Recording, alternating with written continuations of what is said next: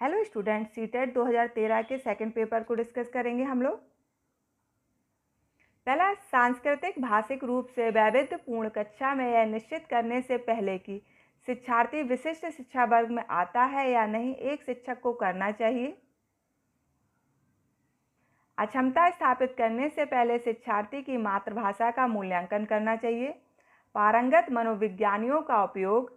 वातावरणीय कारकों को अप्रभावी बनाने के लिए बच्चे को अलग कर देना चाहिए। माता पिता को इसमें सम्मिलित नहीं करना चाहिए। इसका पहला ऑप्शन सही है। अक्षमता स्थापित करने से पहले शिक्षार्थी की मातृभाषा का मूल्यांकन करना चाहिए। निम्नलिखित में से के अतिरिक्त सभी के कारण अधिगम अक्षमता उत्पन्न हो सकती है। आपको क्वेश्चन बहुत ध्यान से पढ़ना है। के अतिरिक्त पूछा गया है। जन्म से पहले मां द्वारा मदिरा सेवन, मंदबुद्धिता, शैशव काल के समय दिमागी बुखार और शिक्षक की शिक्षण शैली। इसका चौथा ऑप्शन सही है। शिक्षक की शिक्षण शैली के अतिरिक्त ये तीन ऊपर के कारक हैं जिससे शिक्षार्थियों में अक्षमता उत्पन्न होती है। एक समावेशी विद्यालय के अतिरिक्त निम्नलिखित प्रश्नों पर मनन करता है। क्या हम अधिगम योग्य परिवेश की योजना बनाने और उसे प्रदान करने के लिए समूह में कार्य करते हैं? क्या हम विशेष बालक को बेहतर देखभाल उपलब्ध कराने के लिए उचित तरीके से उन्हें अलग करते हैं? क्या हम शिक्षार्थियों की विविध आवश्यकताओं को पूरा करने के लिए युक्तियां अपनाते हैं? क्या हम विश्वास करते हैं कि सभी शिक्षार्थी सीख सकते हैं? तो इसका सेकंड ऑप्शन सही है कि क्या हम विशेष बालक को बेहतर देखभाल उपलब्ध कराने के लिए उचित तरीके से उन्हें अलग करते हैं। तो अलग तो समावेशी शिक्षा में हम बिल्कुल नहीं करते। समावेशी शिक्षा कहती है कि सामान्य और विशिष्ट बालकों को एक समान एक साथ शिक्षित करना चाहिए। प्रतिभाशाली शिक्षार्थी हैं अपसारी चिंतक, बहिर्मुखी, बहुत परिश्रमी, अभिसारी चिंतक। तो प्रतिभाशाली शिक्षार्थी अपसारी चिंतक होते हैं। वो किसी भी समस्या के विभिन्न विकल्पों पर विचार करते हैं। अभिसारी चिंतक वो होते हैं जो किसी भी समस्या का एक सर्वोत्तम हल ढूंढते हैं। ये बुद्धि से संबंधित है। ये कॉन्सेप्ट आप याद रखना, बहुत इंपॉर्टेंट है। छायांकित क्षेत्र सामान्य वितरण में उन शिक्षार्थियों को प्रदर्शित करता है जो में आते हैं। आप डायग्राम को देखिए। इसमें जो वृत्त है, पहला है उच्च प्रेरणा का, दूसरा उच्च सृजनात्मकता का और तीसरा है उच्च बौद्धिकता का, और बीच में इन तीनों को प्रदर्शित किया गया है। पहला ऑप्शन है 2 सिग्मा माइनस 3 सिग्मा के बीच, 3 सिग्मा के बाद, सिग्मा माइनस 2 सिग्मा के बीच, सिग्मा बराबर 0 पर। इसका सेकंड ऑप्शन सही है। 3 सिग्मा के बाद मतलब वो बालक सामान्य से उच्च बुद्धिलब्धि के हैं। दिए गए वाक्य को पूरा करने के लिए निम्नलिखित में से कौन सा युग्म सर्वाधिक उचित विकल्प होगा? जब बच्चे उन गतिविधियों में शामिल होते हैं जो होती है तब वे जल्दी करते हैं। केवल उनके कक्षा कार्य से संबंधित प्रत्यास्मरण, सांस्कृतिक रूप से निष्पक्षीय स्मरण, वास्तविक जीवन में उपयोगी सीखा, कक्षा कक्ष में उपयोगी विस्मरण। तो इसका थर्ड ऑप्शन सही है। जब छात्र को वास्तविक जीवन से जोड़कर कुछ सिखाया जाता है तो उसका सीखना बहुत तीव्र गति से हो जाता है, वो बहुत जल्दी सीखता है। सीबीएसई शिक्षार्थियों के लिए व्यक्तिगत गतिविधियों के स्थान पर सामूहिक गतिविधियों की संस्तुति करती है। ऐसा करने के पीछे विचार हो सकता है प्रत्येक शिक्षार्थी के स्थान पर समूह में अवलोकन द्वारा शिक्षक के कार्य को सरल बनाने के लिए, विद्यालयों के पास उपलब्ध समय को प्रासंगिक बनाना जबकि उनमें से अधिकांश के पास व्यक्तिगत गतिविधियों के लिए पर्याप्त समय नहीं होता है, गतिविधि की ढांचागत लागत को कम करना और व्यक्तिगत प्रतिस्पर्धा के प्रति नकारात्मक संवेगात्मक प्रतिक्रियाओं से उबारना जो संपूर्ण अधिगम पर सामान्यीकृत हो सकती हैं। इसका चौथा ऑप्शन सही है। व्यक्तिगत प्रतिस्पर्धा के प्रति नकारात्मक संवेगात्मक प्रतिक्रियाओं से उबारना जो संपूर्ण अधिगम पर सामान्यीकृत हो सकती हैं। बच्चे फिल्मों में दिखाए गए हिंसात्मक व्यवहार को सीख सकते हैं। यह निष्कर्ष निम्नलिखित में से किस मनोवैज्ञानिक द्वारा किए गए कार्य पर आधारित हो सकता है। JB Watson, Albert Bandura, Jean प्याजे, एडवर्ड एल थॉर्नडाइक। तो इसका पहला ऑप्शन सही है, इसका सेकंड ऑप्शन सही है, एल्बर्ट बंडूरा। एल्बर्ट बंडूरा ने सामाजिक अधिगम का सिद्धांत दिया है। उसमें क्या कहते हैं वो कि बालक दूसरे के व्यवहार को देखकर, उसका अवलोकन करके, उसका अनुकरण करके सीखता है। तो इसका सेकंड ऑप्शन सही है, एल्बर्ट बंडूरा। शिक्षार्थी फैशन शो को देखकर मॉडल्स का अनुकरण करने की कोशिश करते हैं। इस प्रकार के अनुकरण को कहा जा सकता है गौण अनुकरण, सामाजिक अधिगम, सामान्यीकरण और प्राथमिक अनुकरण। तो वो सेकंड ऑप्शन सही है, सामाजिक अधिगम। वह समाज में होने वाली गतिविधियों को देखकर छात्र सीख रहा है। यदि शिक्षार्थी पाठ के दौरान लगातार गलतियां करते हैं तो शिक्षक को पाठ को कुछ समय के लिए छोड़ देना चाहिए और कुछ समय के बाद वापस जाना चाहिए। गलतियां करने वाले शिक्षार्थियों की पहचान करनी चाहिए और उनके बारे में प्राचार्य से बात करनी चाहिए। गलतियां करने वाले शिक्षार्थियों को कक्षा कक्ष से बाहर खड़ा कर देना चाहिए। अनुदेशन कार्य, समय सारणी अथवा बैठने की व्यवस्था में परिवर्तन करना चाहिए। तो इसका फोर्थ ऑप्शन सही है कि अगर शिक्षार्थी किसी चीज़ को सीख नहीं रहा है तो उसे अनुदेशन कार्य, समय सारणी तथा बैठने की व्यवस्था में अपनी शिक्षण शैली में परिवर्तन करना चाहिए। कि हो सकता है जो वो जिस तरीके से पढ़ा रहा है या जो परिवेश है उसमें छात्र नहीं सीख पा रहा है, तो उसे चेंज कर लें तो शायद नए परिवेश में छात्र उस चीज़ को आसानी से सीख सके। के अतिरिक्त निम्नलिखित कुछ तकनीकें हैं जो परीक्षा के कारण होने वाली चिंता को दूर करती हैं। अब देखो, के अतिरिक्त पूछा गया है। परिणाम के बारे में बहुत अधिक सोचना, समर्थन प्राप्त करना, विशिष्टताओं पर बल, प्रश्न पत्र की संरचना से परिचित होना। तो इसका पहला ऑप्शन सही है, परिणाम के बारे में बहुत अधिक सोचना। ब्लूम की टैक्सोनॉमी की पदानुक्रमिक व्यवस्था है पाठ्यचर्या संबंधी घोषणाओं, पठन कौशल, संज्ञानात्मक उद्देश्यों, उपलब्धि लक्ष्यों। तो ब्लूम ने अपनी 1956 में सीखने के उद्देश्यों के आधार पर 3 भागों में बांटा था सीखने के उद्देश्यों को, संज्ञानात्मक, भावात्मक और मनोगत्यात्मक। तो इसका थर्ड सही है, संज्ञानात्मक उद्देश्यों। आभा 3 शिक्षार्थी हैं जो अंग्रेजी पढ़ते हैं। आ को यह विषय रोचक लगता है और वह सोचता है कि यह उसके भविष्य में सहायक होगा। बा अंग्रेजी इसलिए पढ़ती है क्योंकि वह कक्षा में पहला स्थान प्राप्त करना चाहती है। सा अंग्रेजी इसलिए पढ़ता है क्योंकि उसका प्राथमिक सरोकार उत्तीर्ण होने वाले ग्रेड्स प्राप्त करना है। आ बा सा के उद्देश्य क्रमशः हैं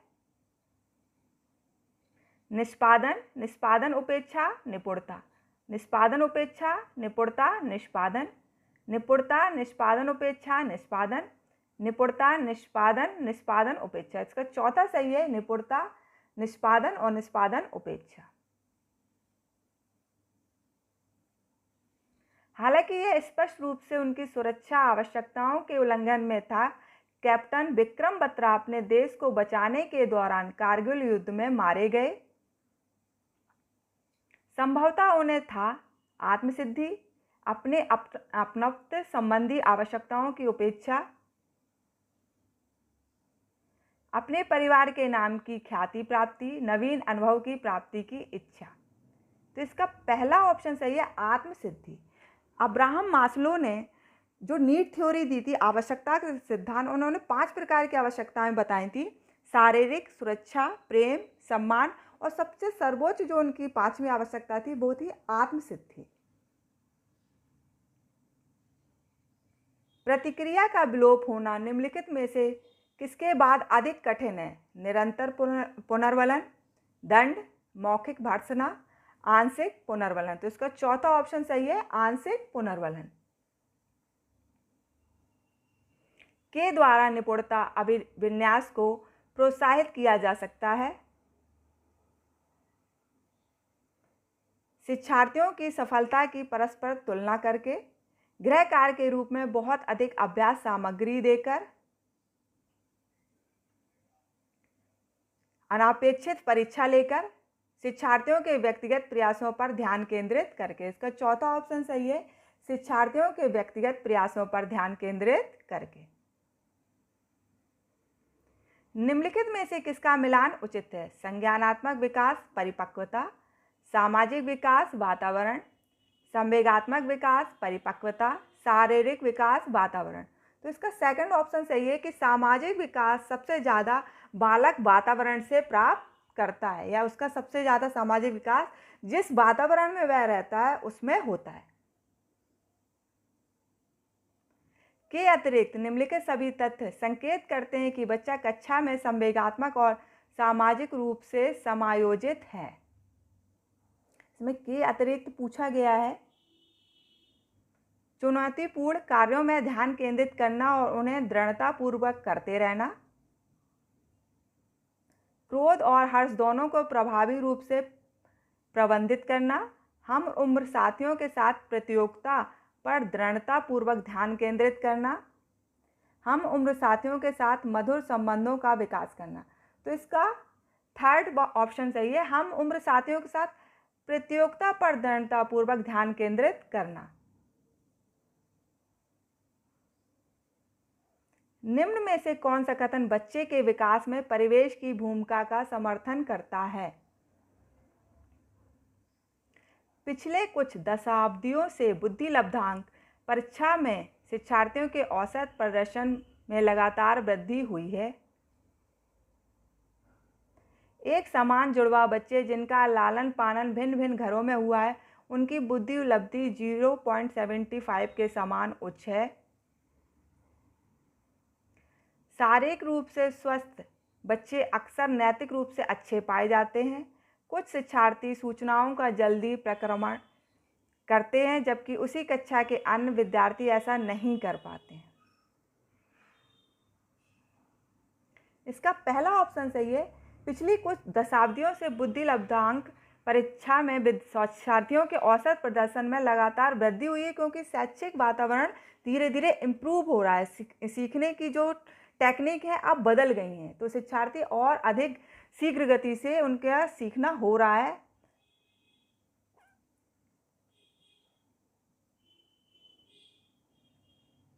सामाजिकरण में सम्मिलित है सांस्कृतिक संचरण और व्यक्तिगत व्यक्तित्व विकास, बच्चों को लेवलों में समायोजित करना, संवेगात्मक समर्थन उपलब्ध कराना, विद्रोहियों को निरुत्साहित करना। तो इसका पहला ऑप्शन सही है, व्यक्तिगत व्यक्तित्व विकास। सामाजिकरण क्या होता है? जब व्यक्ति या बालक समाज के नियमों, आदर्शों और समाज के अनुरूप स्वयं को ढालता है, तो उसका व्यक्तित्व का भी विकास होता है। एक शिक्षिका दो एक समान गिलासों को प्रदर्शित करती है जो जूस की समान मात्रा से भरे हुए हैं।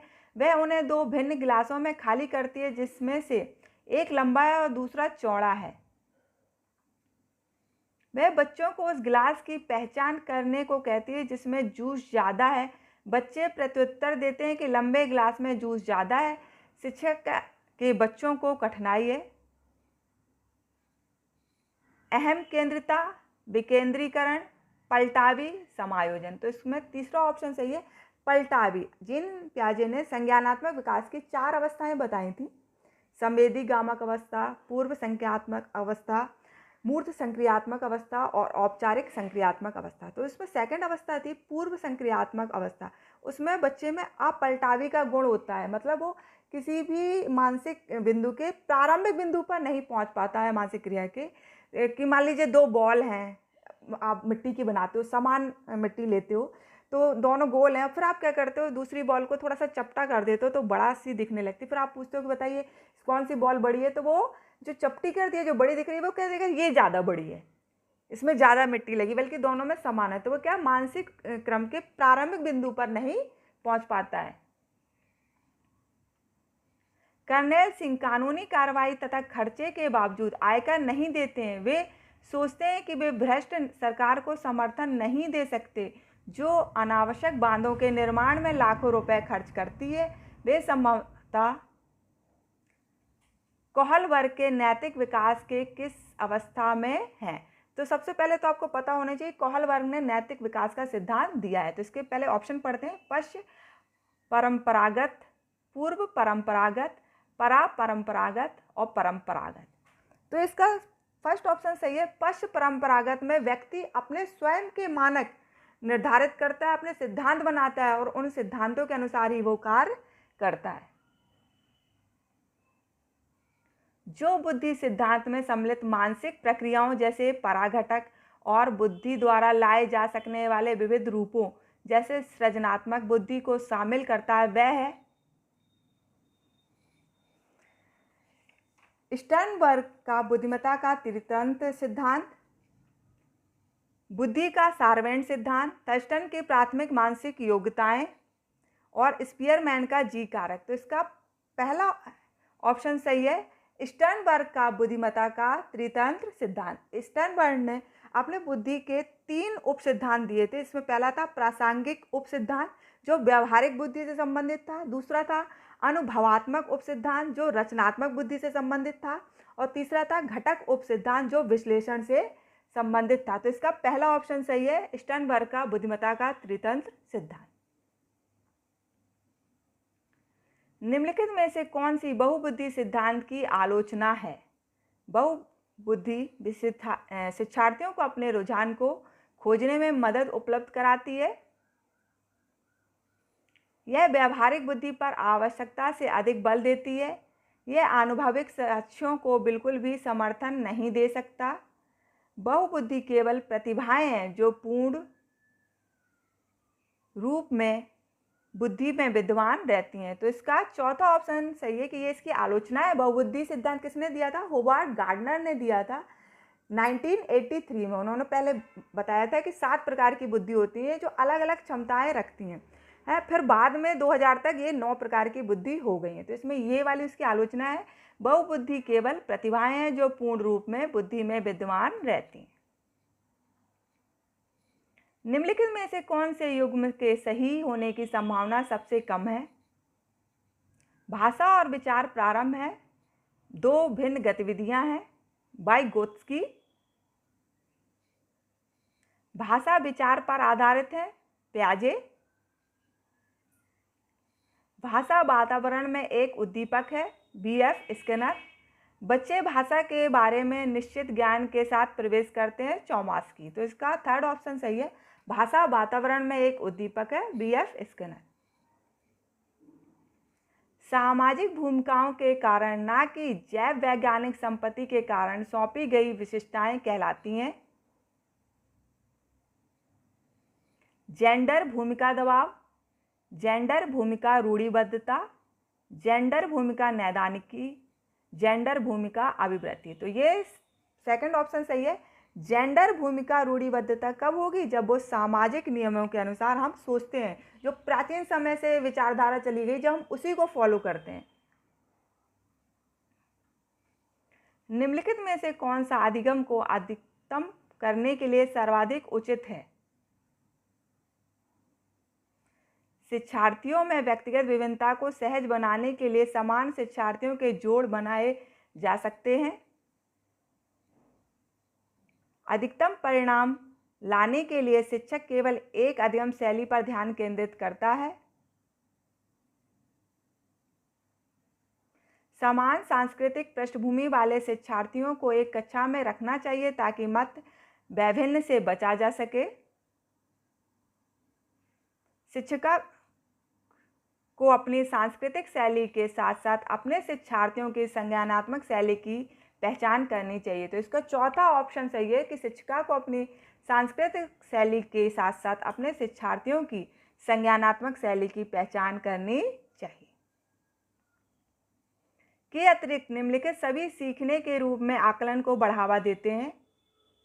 अवसर लेने हेतु शिक्षार्थियों के लिए एक सुरक्षित वातावरण का निर्माण करना,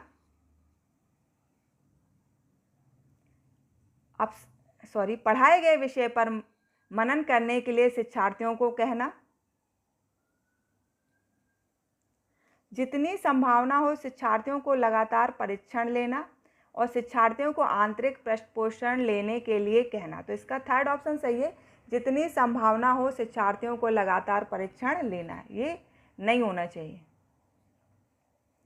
जब एक बावर्ची खाना पकाते समय खाने को चखता है तो वह के समान है? सीखने के लिए आकलन, सीखने के रूप में आकलन, आकलन और सीखना, सीखने का आकलन। तो इसका पहला ऑप्शन सही है, सीखने के लिए आकलन। अंतःपरक अनुदेशन है, कक्षा में प्रत्येक शिक्षार्थी के लिए कुछ अलग करना, अव्यवस्थित अथवा स्वच्छंद शिक्षार्थी गतिविधियां, ऐसे समूहों का प्रयोग जो कभी नहीं बदलते हैं, शिक्षार्थियों की आवश्यकता को पूरा करने के लिए सामूहिकरण के विविध रूपों का प्रयोग करना। इसका चौथा ऑप्शन सही है, शिक्षार्थियों की आवश्यकता को पूरा करने के लिए सामूहिकरण के विविध रूपों का प्रयोग करना। तो हमने आज सीटेट 2013 के सेकंड पेपर को डिस्कस किया। ऐसे ही हमारी सीरीज़ धीरे धीरे आगे बढ़ रही है। तो अगर आपको वीडियो पसंद आ रहा है तो इसे लाइक, शेयर और सब्सक्राइब करें, क्योंकि ये सीरीज़ आपकी सीडीपी की पेडागोजी को स्ट्रॉन्ग करेगी। आप चाहे जितना भी डिटेल में पढ़ लें, लेकिन आंसर हमेशा घुमा के ही आते हैं सीटेट में, तो आपको पेडागोजी पढ़ना बहुत ज़रूरी है। थैंक यू बच्चों, मिलते हैं नेक्स्ट क्लास में।